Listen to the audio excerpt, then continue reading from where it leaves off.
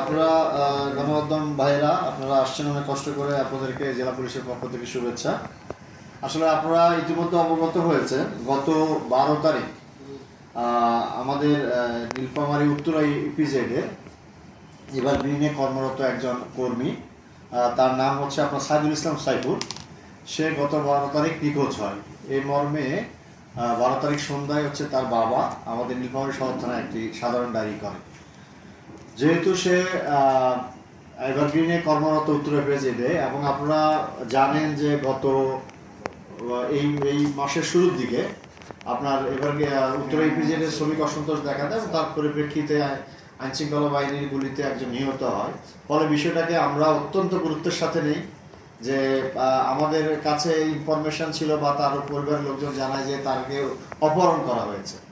এর প্রেক্ষিতে আমরা তাকে আমাদের যে টেকনোলজিক্যাল যে পার্টগুলো আছে এগুলো এবং গোয়েন্দা তথ্যের ভিত্তিতে আমরা তাকে খোঁজাখুঁজি করি।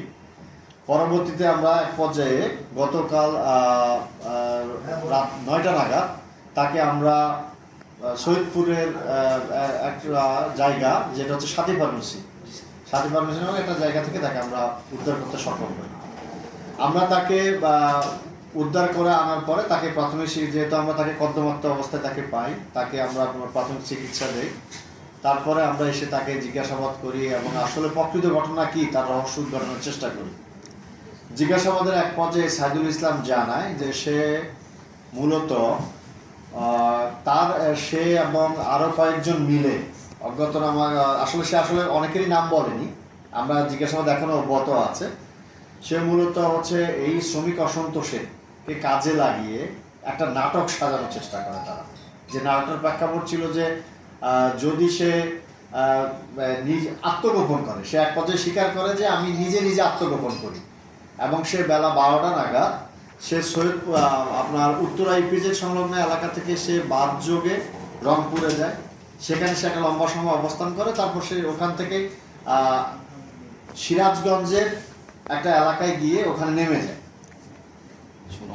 সোলঙ্গা নামে একটা স্থানে সে নেমে যায় এবং সেখানে সে রাতটা অতিবাহিত করে। পরবর্তী দিন সকাল আবার 11টার দিকে, অর্থাৎ 13 তারিখ, সে 12 তারিখ নিজে সে আত্মগোপনে যায় এবং 13 তারিখে সে সকাল 11টা নাগাদ আবার সিরাজগঞ্জ থেকে ব্যাক করে।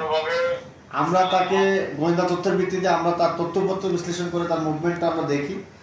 সে বিকাল নাগাদ এসে রংপুরে পৌঁছায়, সন্ধ্যায় এসে সৈয়দপুরে পৌঁছায়। তারপরে সে নিজে তার চাচাতো ভাইকে সে ফোন করে, একটা সন্ধ্যাবেলায় ফোন করে বলে যে আমি অমুক জায়গায়, আমাকে অজ্ঞান করে ফেলে রাখা হয়েছে, তোমরা আমাকে নিয়ে যাও। তো এরপরেই আমরা তাকে নিয়ে আসি ওখান থেকে। আমরা ওখানে নিয়ে আসার পর তাকে যখন জিজ্ঞাসাবাদ করি, তখন সে বলে যে মূলত তার উদ্দেশ্য ছিল পূর্বের যে অসন্তোষ, এই অসন্তোষটাকে পুঁজি করে একটা নাটক তৈরি করে ইপিজেড কর্তৃপক্ষের কাছ থেকে একটা টাকা আদায়, মানে যেটাকে হচ্ছে আমরা মুক্তিপণ বলে থাকি, চাঁদা আদায়ের জন্য। এটার জন্য সে আবার ইপিজেডের ওই এভারগ্রিনের যে সিকিউরিটি, তাকে ফোনও করা হয়েছে। নয়ন মিয়াকে ফোন করে 2 লক্ষ টাকা দাবি করে, এবং তারপরে ওই যে নাম্বার টাকা দিতে বলে ওই নাম্বারের যথাযথতা যাচাইয়ের জন্য 5,000 টাকা ওরা ক্যাশিনও করে। তো এটা ছিল মূল প্রেক্ষাপট। আসলে তাদের মূল উদ্দেশ্যটা ছিল শ্রমিক অসন্তোষের মাধ্যমে সারা দেশের কলকারখানাগুলিতে একটা শ্রমিকদেরকে পুষ্টিয়ে একটা অসন্তোষ তৈরি করা এবং দেশব্যাপী দেশের অর্থনৈতিক অবস্থাটাকে দোষিয়ে দেয় এবং দেশের ভাবমূর্তি বিদেশের কাছে পূর্ণ করা। এটাই ছিল তাদের মূল লক্ষ্য।